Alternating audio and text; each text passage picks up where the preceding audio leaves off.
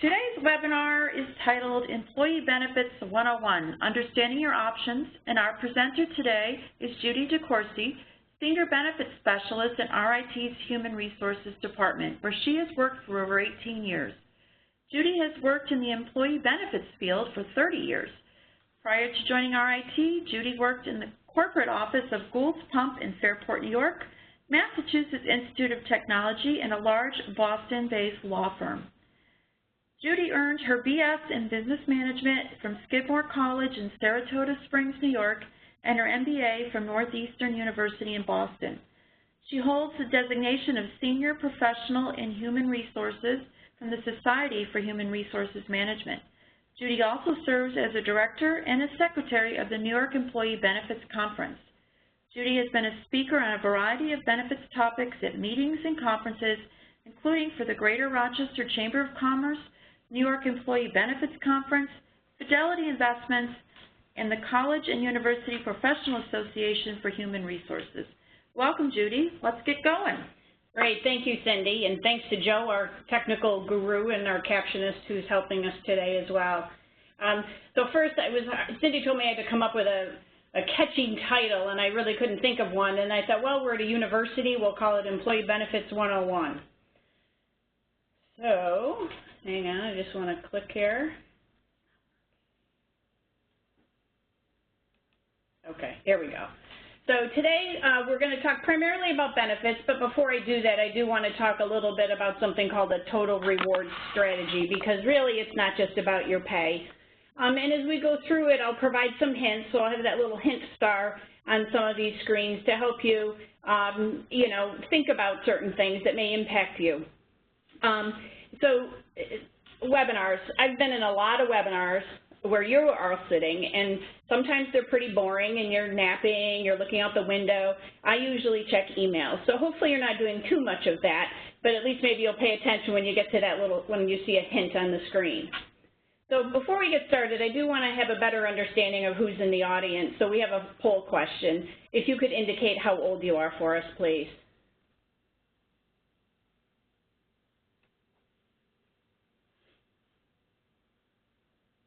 Look at you people paying attention already.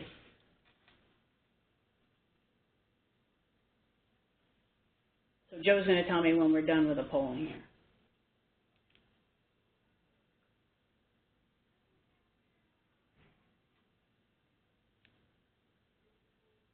A pretty varied group.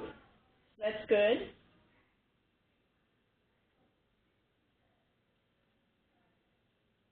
Okay, I think we're good then, right? Yeah. Okay, great.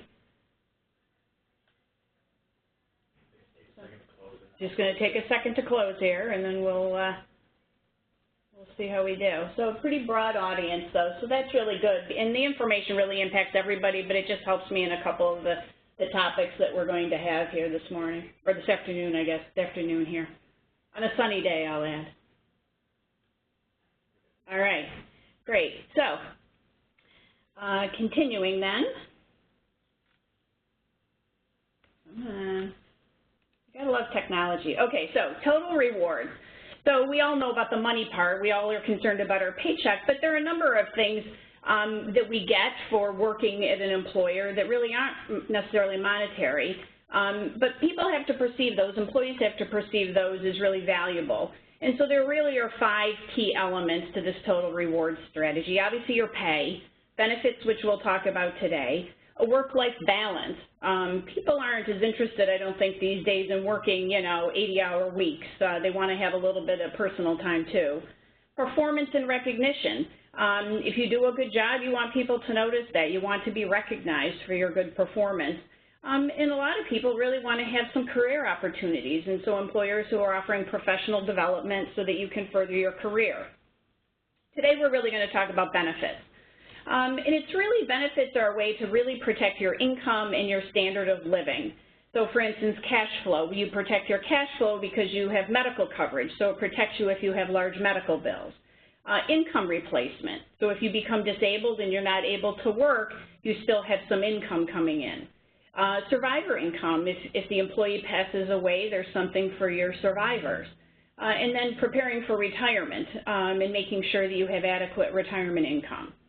But they're very costly benefits, so why would an employer provide benefits? They want to be competitive. You know, if you have 2 job offers that are the same kind of jobs, all the same kind of opportunities, same pay, one has benefits and one doesn't, obviously the one with the benefits is a much more valuable option for you. For employers who pay taxes, you know, for-profit organizations, it can be very tax effective because the benefits can be provided on a tax-free basis from the employer's perspective. Sometimes people may disagree with this next bullet, but employers really do often, I think most of the time, care about their employees.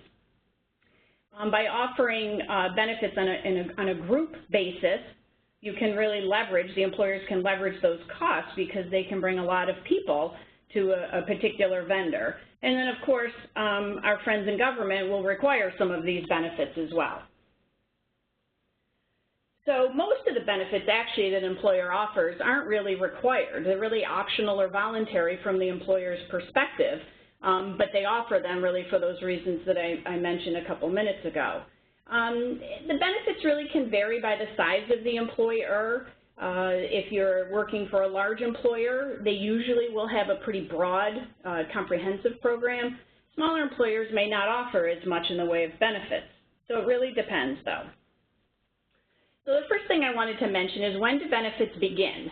And this is really, for most things, up to the employer. Benefits, for instance, your medical coverage could start the day you're hired, the first of the month after you're hired, the first of the month after you've worked 30 days. So my first hint here today is to keep that coverage effective date in mind. Make sure you know what that is if you're looking at a new employer. So for instance, if you need medical coverage, and medical coverage starts the first of the month after you're going to start working, maybe you start the 29th of the month instead of the 3rd. There are a number of kinds of benefits, some that the employer offers and pays the full cost for, and again, some of those are required, but most are not. A lot of times the employee and the employer share in the cost. An employee can pay for those on a before-tax or after-tax basis, and I'll talk about that in a little bit. And then there's some voluntary programs or optional or supplemental programs that employers offer that are fully paid for by the employee on an after-tax basis. And then there's a few other miscellaneous things I will talk about at the end. So I mentioned there's some benefits that are required or statutory, mandatory. The first one is FICA tax, which we're probably all familiar with. And there really are 2 parts. There's the Social Security, which is 6.2% of pay on the first about $118,000 of pay in 2016. So if somebody's pay is over that limit, they don't pay any more Social Security tax for that calendar year. Medicare tax is 1.45%. That's on all your pay. That doesn't stop at all during the year. There's unemployment insurance, workers' compensation. That's to provide some income to you, as well as pay for medical bills if you're injured at work. And then short-term disability. There are 5 states, California, Hawaii, New Jersey, New York, Rhode Island, who require short-term disability. As far as paying for benefits from the employee perspective, usually employees pay for those through payroll deduction. Some of the voluntary benefits a person may pay direct to the vendor, but generally it's through payroll deduction. And many of them can be paid for on a pre-tax or before-tax basis. And that tax savings can be pretty significant, and I'll go through an example in a minute. If you contribute to a retirement plan, a 401k or 403b plan, those are subject to FICA tax. And then some states don't have income tax, and there are other states that may not allow pre-tax contributions. So I did want to mention that because I figured we may have people from around the country. So the most common pre-tax benefits: medical coverage, usually the employee and the employer share in that cost; dental insurance, again, cost sharing; flexible spending accounts or FSAs, dependent care spending account and a health care spending account. Those are employee contributions. And then again, the retirement plan with a 401k or 403b, and usually the employee and usually the employer will contribute. So I mentioned about the tax savings. I'm not going to read all of these numbers, but basically in this example, the pay period salary is $1,250, And all of these benefits listed can be deducted on a pre-tax basis. And so what that means is that instead of paying taxes on $1,250 a pay period, the person's paying tax on $847, which in this case amounts to almost $3,500 a year in tax savings. So it can be pretty significant. So the first thing I want to talk about is medical coverage. There really are two benefits that, in my opinion, are really important to think about, and obviously this is one of them. So under the Affordable Care Act, an employee can cover children up to the age of 26. The child does not have to be a tax dependent, doesn't have to live at home. The child could even be married. It doesn't matter. It's only an age test. And the child is even eligible if he or she has their own coverage. It applies only to medical under the ACA, but many employers do provide the same rule for their other health care benefits like dental and vision. So my first hint, we had a few people who are under age 26. You could be covered under your parents' policy right now, at their choice. Obviously, they have to choose to do that, even if you have a job with coverage. I always want to caution, though, if you live in a different geographic area, the coverage may not make sense because sometimes the benefits aren't as rich when you live outside the geographic area. But that's something for you to chat with your folks about. So a few terms, and in the benefits world, we have a lot of acronyms and a lot of terms. So I thought I should really talk about these medical plan terms. So the first one is a copay, and that's just a flat dollar amount. When you go to the doctor for an office visit, you pay $20. It doesn't matter how many tests you have done or how long the doctor spends with you, it's $20. A deductible is an upfront amount that you have to pay before the plan covers anything. So when you go to that doctor visit, you're going to pay the full cost up to the deductible, for example, $300, and that's an annual amount. Coinsurance is a percentage. So usually that goes hand in hand with a deductible. So first you pay your deductible, and then you're going to pay a percentage, for instance, 20%. So if you met your $300 deductible, then you pay 20% and the plan pays 80%. And then the last one, the out-of-pocket maximum, really protects you from significant out-of-pocket costs for covered services. So first you have your deductible, then you have the 20%, and you keep paying that 20% until you reach that out-of-pocket maximum. And that is a calendar year number, so then next year you start all over again with your deductible and your coinsurance.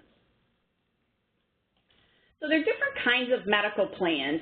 Our little alphabet soup plans we'll talk about. The first one are indemnity plans. They're not very common anymore. I did want to just mention those.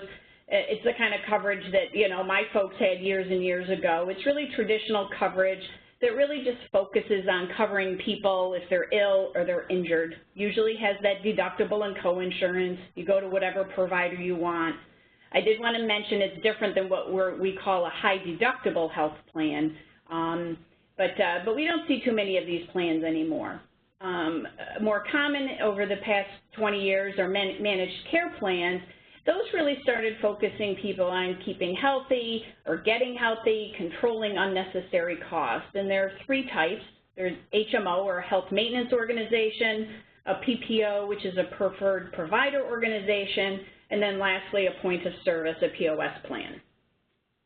So the common features for an HMO has this primary care physician, your PCP, who really acts as that gatekeeper, refers you to specialists. So if you're having some kind of a problem, first you see your primary care doctor, that doctor would then refer you to a specialist.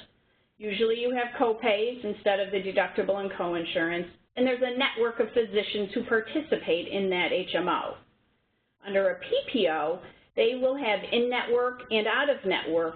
It's better for you, cost-effective for you if you stay in-network. These will often have deductible and coinsurance, so that upfront and then the percentage. Sometimes they may have some co-pays for some of the in-network services. But it doesn't really have that primary care physician gatekeeper model. Usually you can go to the specialist if you want without any referrals. A point of service plan, a POS plan, again, has in-network and out-of-network benefits, It's sort of a hybrid, I call it, because the in-network is much like an HMO, and the out-of-network is very similar to a PPO. So you have that primary care physician for your in-network benefits. Typically you have co-payments. Deductibles and co-insurance is what you really see on the out-of-network. And so therefore it's to your benefit financially to see in-network providers. The out-of-network is really there if you choose to use an out-of-the-area provider or out-of-the-network provider, or if you decide to go to a specialist if there's a referral needed and you didn't get it. The last type is becoming much more common, and some of you might actually be in this type of a plan. It's a consumer-driven health plan or a high-deductible health plan. More and more employers are putting these plans in place. You know, I talked about these co-pays. None of us have known what an office visit costs at a doctor. You pay $20, but you have no idea what that costs. So people, you know, the runny nose, you run to the doctor. And so we've seen big increases in medical costs, and these plans are really designed to have people be more like the consumer, understand more about the cost, making better choices before seeking medical care. The one issue, it's improving, but it's still not great, is really understanding the real cost and the quality. I mean, if the doctor's really bad and it's cheap, it probably doesn't make sense to go to that doctor. So quality is a pretty big factor here as well. That, like I said, that data is not as readily available right now in a lot of cases. Typically, it's that PPO model, and it has a high deductible, and these high deductible amounts are actually set by the federal government. So in 2016, it's $1,300 for an individual and $2,600 for a family. Then you have co-insurance and out-of-pocket maximums that protect you. Most of these plans do cover preventive care at 100%, and typically that's excluded from that deductible and co-insurance, and that's really to encourage people to have those routine physicals, to have the screenings, to really try to stay well, understand what's happening before the big costs come up. So I'm curious, do any of you participate in a high deductible health plan? So it's simple, yes, no, or we added not sure the other day because then I thought maybe some people might not know.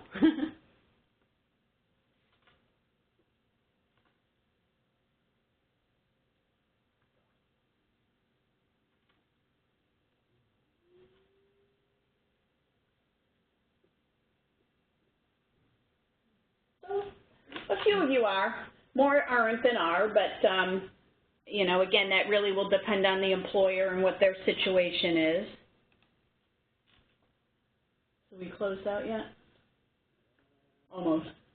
It's still sunny out. I should have prepared some jokes for waiting for the polls. Sorry. Next time, Cindy, remind me. I got to make a few jokes. Got it. Okay. Making a note. Thank you. She didn't write that down, just so you guys know.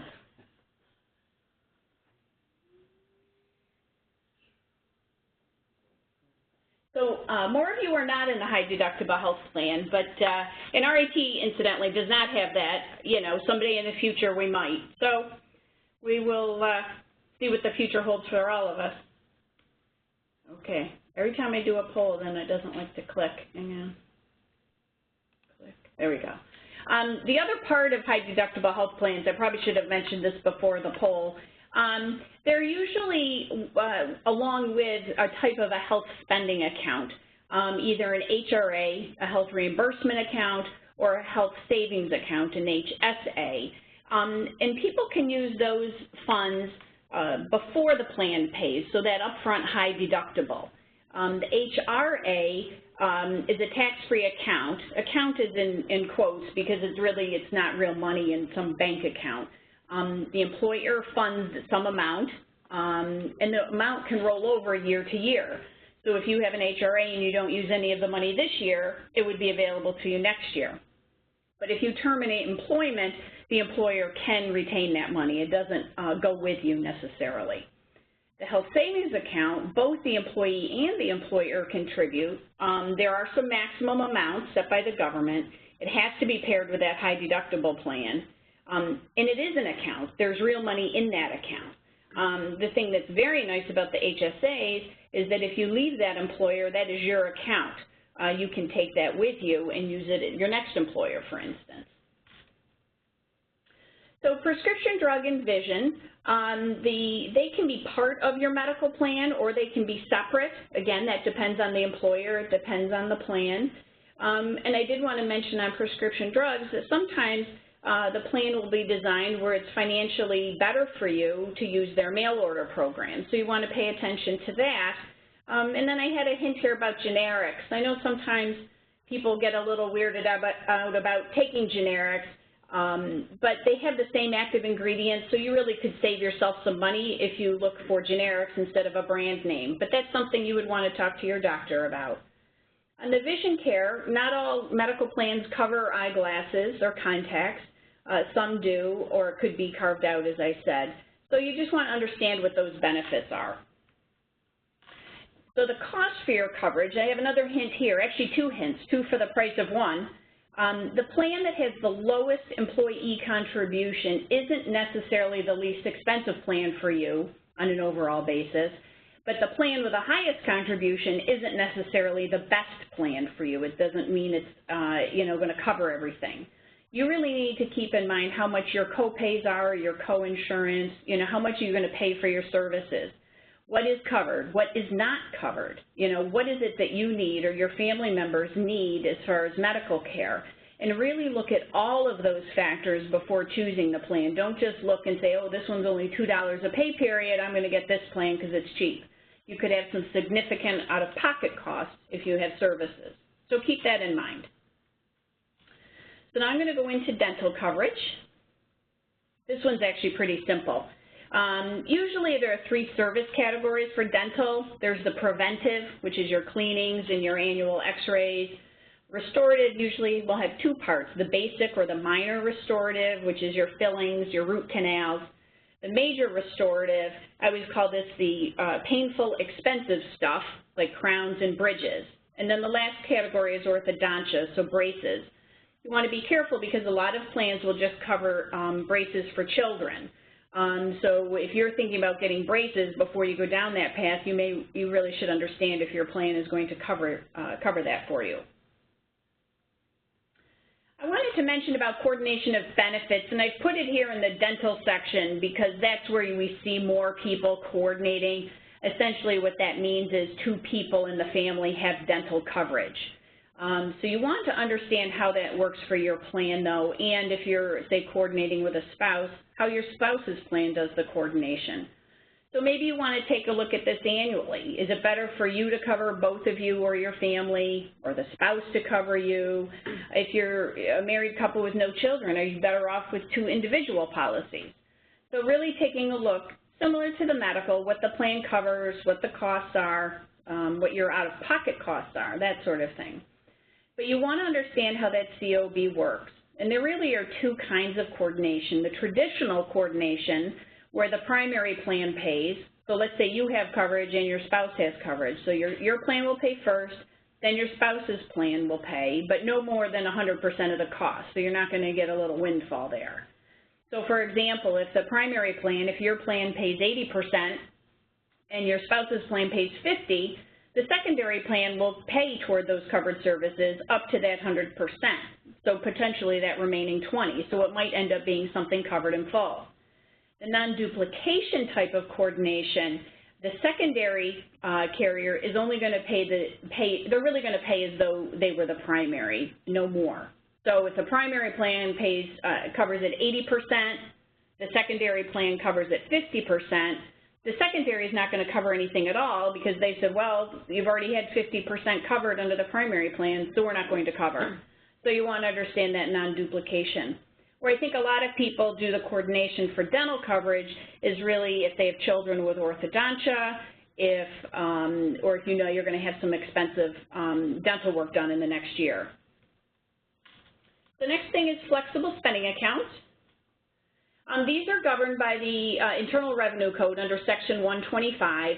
Essentially, it's allowing employees to choose between getting pay, cash, and taxable cash, I should say, and then non-taxable benefits, like your medical coverage. And so the one thing here that people don't realize is when you're paying pre-tax for your medical coverage, dental, vision.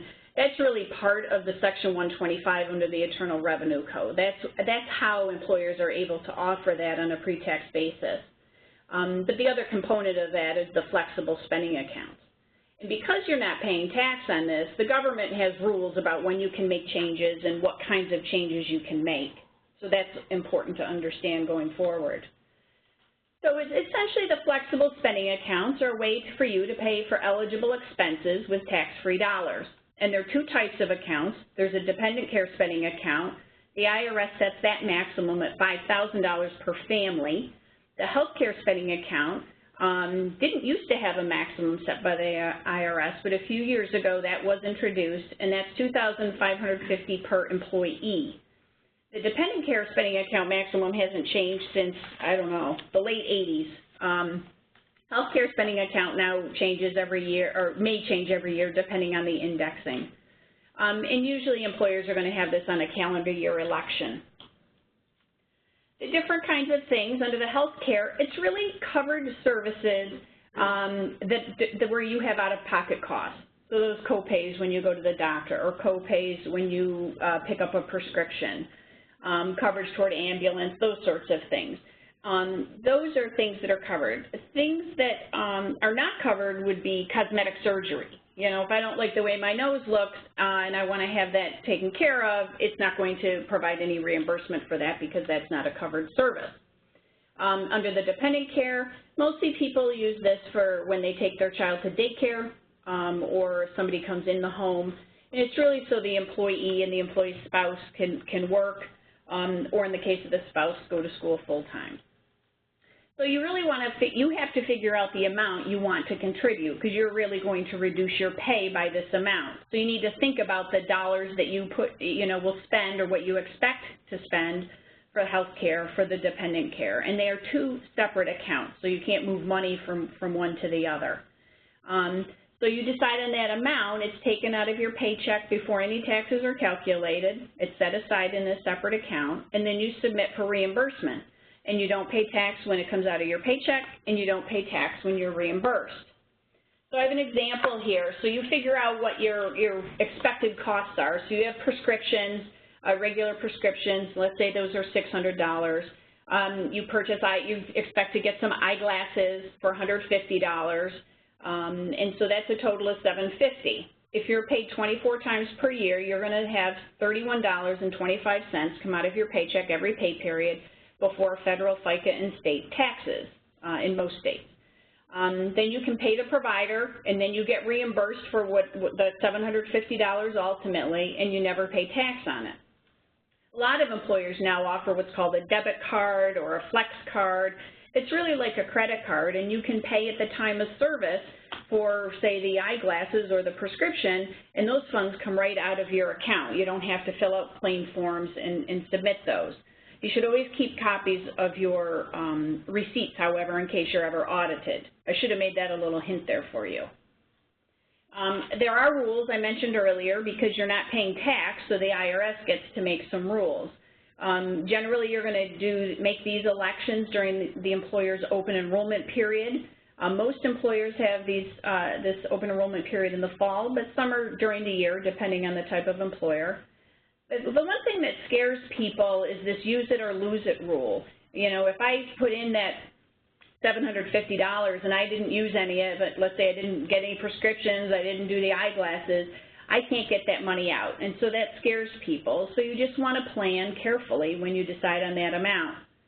As far as the access to the money, the healthcare spending account is available to you day one. So if I ended up having some major dental work done in January, on that $750, I could get that whole $750 covered in January. Of course, it wouldn't be there if I were doing the prescription and the eyeglasses later, but it's available immediately. Under the dependent care account, that's available only up to what you have contributed through that most recent pay period. So the full annual amount is not available. So the eligible expenses have to have dates of service from January 1st, if it's a calendar year, or your participation date if you're hired mid-year, through December 31st. So the hint here is to really understand those deadlines for when claims have to be submitted and any other special rules. you know, I talked about that use it or lose it feature, I'll call it. The IRS has offered a couple of options that a plan can adopt. A plan is not required to have these, but can only have one. The first one is called a grace period. That was introduced quite a number of years ago, where you're actually able to submit claims with dates of service in the next year up through March 15th against last year's account. So if I hadn't used up that $750 in my example by the end of December, and then I went and bought my eyeglasses in January of 2016, I could have that go against my 2015 account. But you only have until March 15th, dates of service through March 15th. The rollover feature is a little bit different. That one, you can roll over money from one year to the next, and it can be used any time. You don't have that March 15th deadline, but you can only roll over up to $500. So under the grace period, if I signed up for that full $2,500 for the year and I never used it, that full $2,500 is available to me from January through March 15th. Under the rollover, I can only roll over $500. Not all employers have one of these options, so you want to understand that toward the end of the year when you're trying to figure out what you're going to be spending money on. And then understand when the claims need to be submitted, any manual claims that you might have. Usually it's 60 to 90 days into the next calendar year.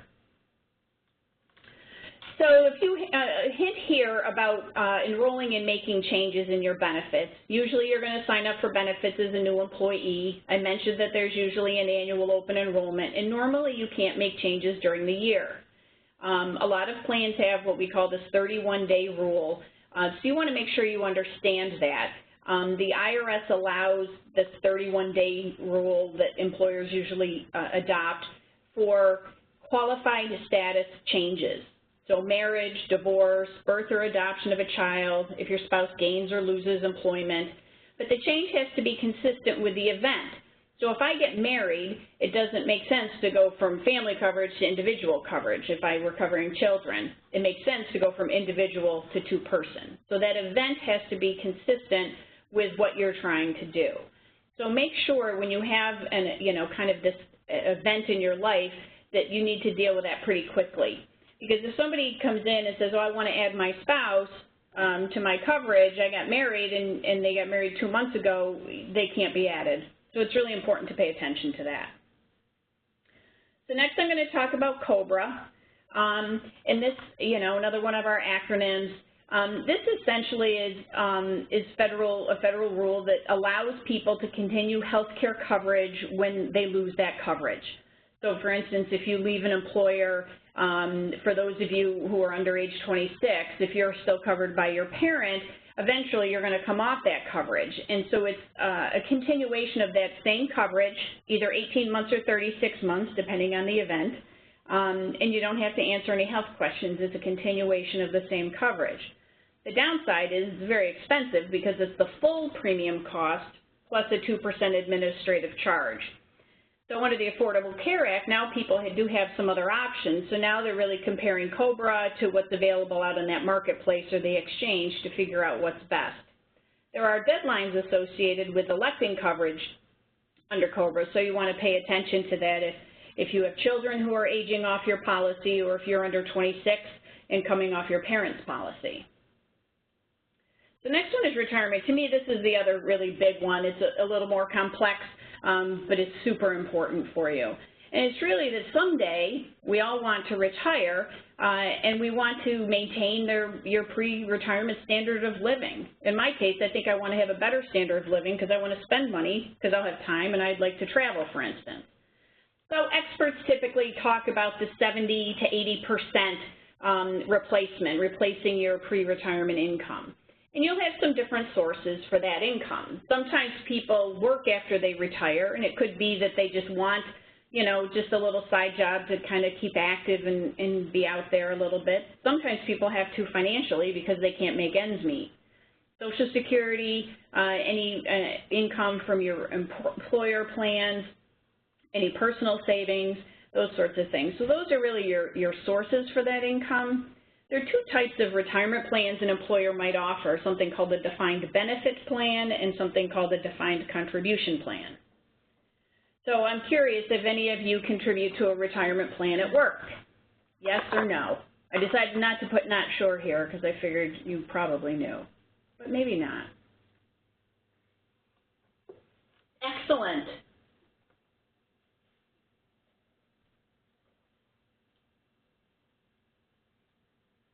Very good news. So most of you are participating. Those of you not participating, it could be that maybe your employer doesn't offer you an option to contribute, but certainly if you have that opportunity, you should definitely take advantage of it. So I'm just waiting for the final results.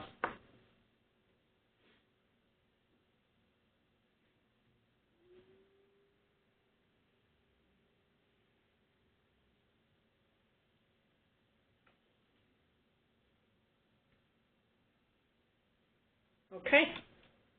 So we're good now, Joe? Yep. All right. So most of you are participating, so that's good news. So first I'll talk about the defined benefit plan. Traditionally, people have called that a pension plan. Those are really becoming less prevalent these days, but the benefit is really based on a formula, usually taking into account your pay and your years of service with that employer. And it's called the defined benefit plan because you know at any time what that benefit is. When you're going to retire. You know, maybe it's $25 or some percentage of pay for every year of service, something like that. Typically, the employer contributes to these plans, not the employee. And really, the employer is the one at risk for the investment performance. So if somebody's in a defined benefit plan and the stock market takes a big dip, the employer has to contribute more money to the plan to make sure that the plan is funded enough to cover all of those obligations or those promises that have been made to the participants. Nowadays, though, we see really the defined contribution plan, either a 401k plan or a 403b plan. Those are both code sections under the Internal Revenue Code. Those amounts are really based on how much you've contributed, maybe the employer's contributed, plus the investment return, either the up or the down. And it's called defined contribution because we know what that contribution is. You don't really know what that ultimate benefit is. You only know how much you have there today. And the employee is really at risk on that financial performance. So that's important, especially as you get older and closer to retirement. So there are a couple different kinds of contributions. The traditional pre-tax, which are before federal and state tax, would be subject to FICA tax. And then we're starting to see more plans introduce a Roth contribution feature where you make your contributions on an after-tax basis and any qualified withdrawals are tax-free, including the earnings. So that can be pretty significant. There is a limit on how much you can contribute, again, set by the IRS. Most people, it's $18,000. If you're over age 50 this year, your limit is actually higher. It's at $24,000. Oftentimes there's a matching contribution from the employer. Some plans have some automatic enrollment features or automatic annual contribution increase features, which is really nice. So I have two hints here. So the first one is really important. If you have a match from your employer, you should contribute at least the amount needed to get that match. So if you need to contribute 5% to get the employer match, the highest employer match, don't contribute 4. Go right to at least at a minimum to that 5%. That's really important. Otherwise, you're walking away from free money. And the Roth feature that's becoming more popular, if your plan allows that, that's something to consider, especially if you're young. And I put young in quotes because young keeps moving for me. Because those earnings grow tax-free, you know, I should add that these are what the rules are today. It's hard to say what will happen to this in the future, but under today's rules, those earnings are also tax-free. Did want to mention about vesting, and that really applies to the employer contributions, not the employee contributions. It's really when you're eligible to receive that money if you leave employment.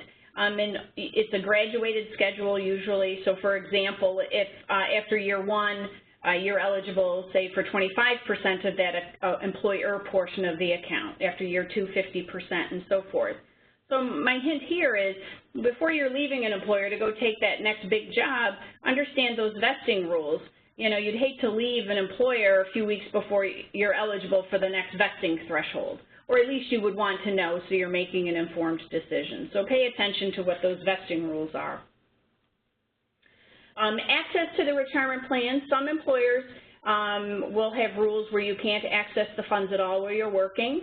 Some do allow some in-service access, for instance, loans or hardship withdrawals, and the IRS defines what those are after age 59 and a half. Also, when you're leaving employment, you could have access. You could leave it in the plan that you left. You would want to understand if they charge any kind of fees. You could roll it over to a new employer plan if it's allowed, or roll it over to an IRA, and then you avoid any taxes and early withdrawal penalties. Obviously, the best advice is try to keep it in this tax-deferred arrangement, since those funds generally are really there for your retirement. So, you know, you don't want to take a distribution when you leave them. Well, maybe you do. I was going to say go buy a boat or something, but it's best to try to leave it there for your retirement. So I want to talk about some of these barriers that people have, you know, why they're not saving or saving enough or saving more. A big one is people think they can't afford it. So really prioritize this, make this important. You know, if you stop and get a coffee every morning before you go to work, maybe you just give that up one day a week. You know, that gives you a few extra dollars that you could put into the plan. So really think about where you're spending your money and what can you give up just to get a little bit more money in the plan.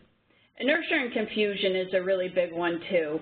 It's really important, and these plans can be very complicated. You don't really understand what's happening. Ask your human resources folks for help. That's why they're there, and they can help you. And because it's so easy to set the form aside or the URL if you have to log in to sign up. You know, I'll do it tomorrow. Make it a priority for you to do. People think about, oh, it's so far away, you know, but the compounding is huge. You know, even if you start with a small percentage and increase just a little bit every year, check to see if your plan has an automatic enrollment increase feature and sign up for that. And every year just have your contribution go up even 1%. It makes a big difference. So I have this slide here just to show you about the compounding. So on the left, we have Maria. She started at age 25. She was paying attention and thinking about her future. She saved $10,000 annually, but she only did it for 10 years. Tom, on the other hand, also was starting contributing $10,000, but he didn't start till he was 35, and then he contributed every year, a total of 32 years. But as you'll see here from the compounding alone, Maria has a lot more money than Tom, and she put in a third of what Tom put in. So the compounding is pretty significant. You know, so for those of you who are younger and thinking, oh, you know, the under 26-year-olds in the audience, I don't need to save, think about this slide and get into your retirement plan. Some other things, the investment phobia is really big. You know, people don't know what to choose. It's very complex. Ask questions. You know, maybe your HR department sponsors some workshops to help people. Maybe they have some referrals for you to talk to people. Sometimes what people use are what are called target date funds. These funds really are based on your age, and so the fund that you would invest in if you're 30 is much more aggressive, more in the stock market than if somebody's investing in the fund for somebody who's 60. So it's really based on your age, that target retirement date nearest your age, your 65th birthday. So think about that. People get worried about putting the money into the plan because they might need it. Again, it's really here for your retirement, but some plans do allow for loans or hardship withdrawals. So sometimes if there is a need, there is a way in some cases to get that money out. People always think about, oh, I've got to save for my child's education. Put your retirement contribution first. You know, your kid can borrow money to go to college, but you can't borrow to live on when you're in retirement. I always joke that my kids, you know, would rather take a loan than have me come live with them in a few years, I think.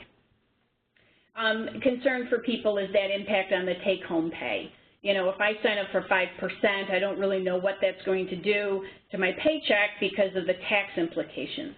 A lot of places now have these calculators where you can do some calculations to better understand that impact.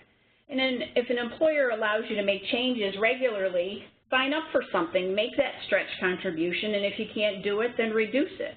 As long as your employer lets you make contribution changes whenever you want, you have that flexibility. So don't be afraid about that. So really prepare for a successful retirement. You know, my hint, I have a few here, you know, save as much as you can afford to save. Increase your contributions when you can. You know, if you have a big bonus or a lot of overtime, maybe you temporarily increase your contribution as long as your employer allows you to do that.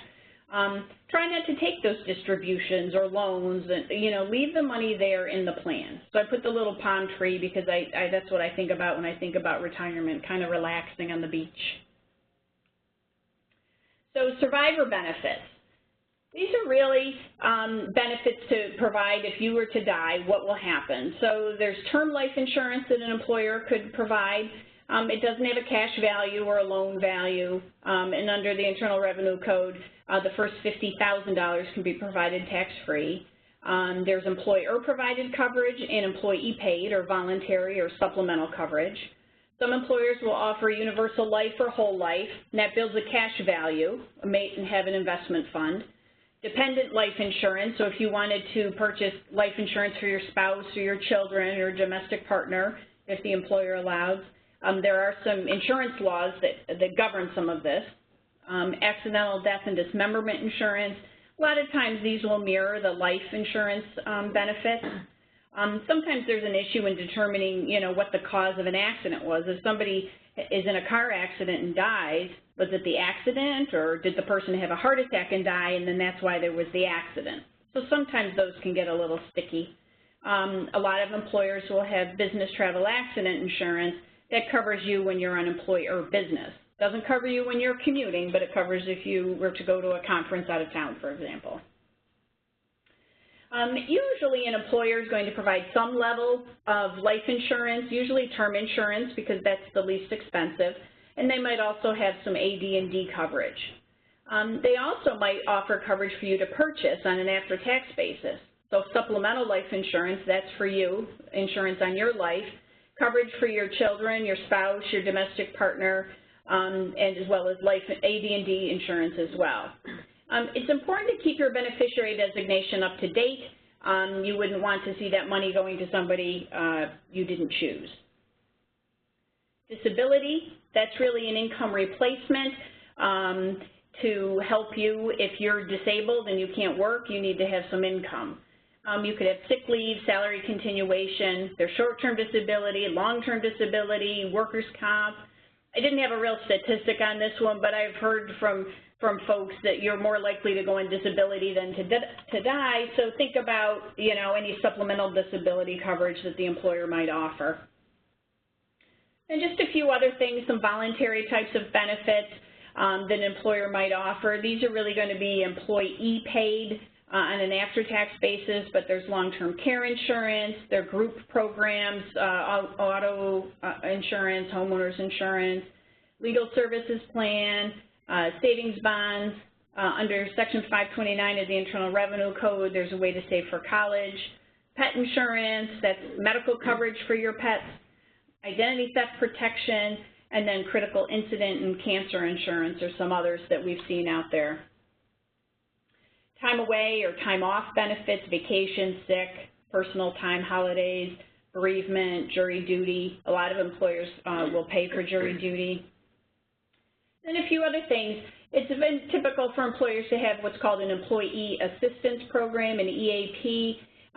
You know, years ago it was really just counseling. You know, I'm having trouble with my husband, or I'm having trouble with my teenage kid, and you could talk to a counselor. Nowadays it's much, much broader. There's oftentimes some legal help, financial help, a lot of online resources.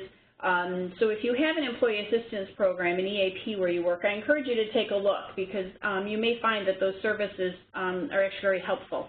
When I was looking to help my parents look for a senior living community, I went to RIT's EAP and they gave me a lot of great information, great resources. So I encourage you to take advantage. Some employers do a reimbursement for tuition assistance if you're working on another degree, reimbursement for adopting a child. Some places will have an on-site daycare center or a fitness center, credit union, a cafeteria on-site, referral services if you're looking for daycare or elder care, length of service awards. So every 5, 10, 15 years there often will be gifts. So just in a quick summary, if the employer has a comprehensive program, you're really going to have more to think about, more choices to make. And it's really up to you. You have to take some responsibility to make sure you understand that. If you don't understand things, ask questions. Again, that's why the human resources folks, the benefits folks are there to help you. The last hint here is to really review your benefits at least annually, as well as when your circumstances change. Because if you get married, divorced, those sorts of things, you have different circumstances, and it may dictate that you need to look at your benefits differently, especially when it comes to medical benefits or dental coverage. It really depends. So read what your employer sends you, and I understand that can be really hard because it's pretty boring, a lot of acronyms, but please try to pay attention to what your employer sends you and the deadlines. You know, I can't tell you the number of times somebody will come to me and it's too late to make the change, so you need to pay attention to those deadlines. So with that, I'm all set. Wow. Whew.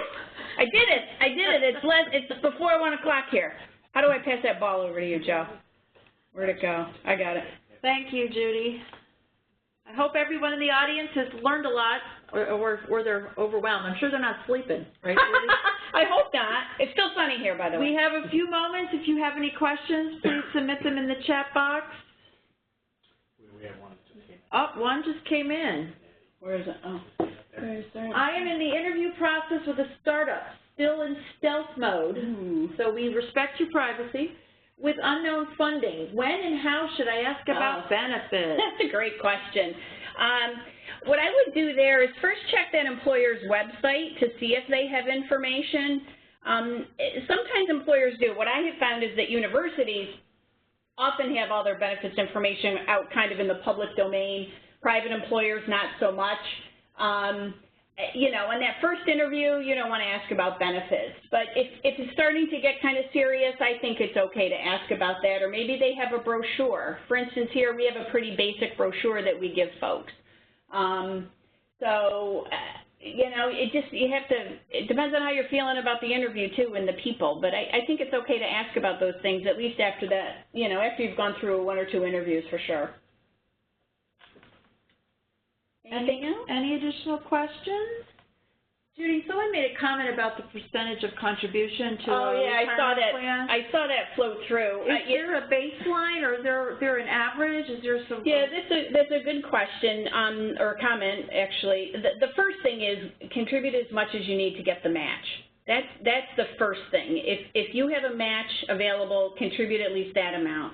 And think about how you can increase it, because the more you contribute now, the more you're going to have when you're retired. And so, you know, I'd hate to put out an average or what the right number is, because it's different for every person. And so I go back to contribute as much as you can.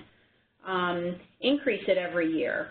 But you could also decrease it too. You can, if your employer, always you want to understand what the employer rules are. You know, years ago employers had some pretty strict rules because of the administration, but so many employers nowadays, I think, have better systems to accommodate that. So if your employer lets you change whenever you want to, that gives you that flexibility to increase and then decrease if necessary.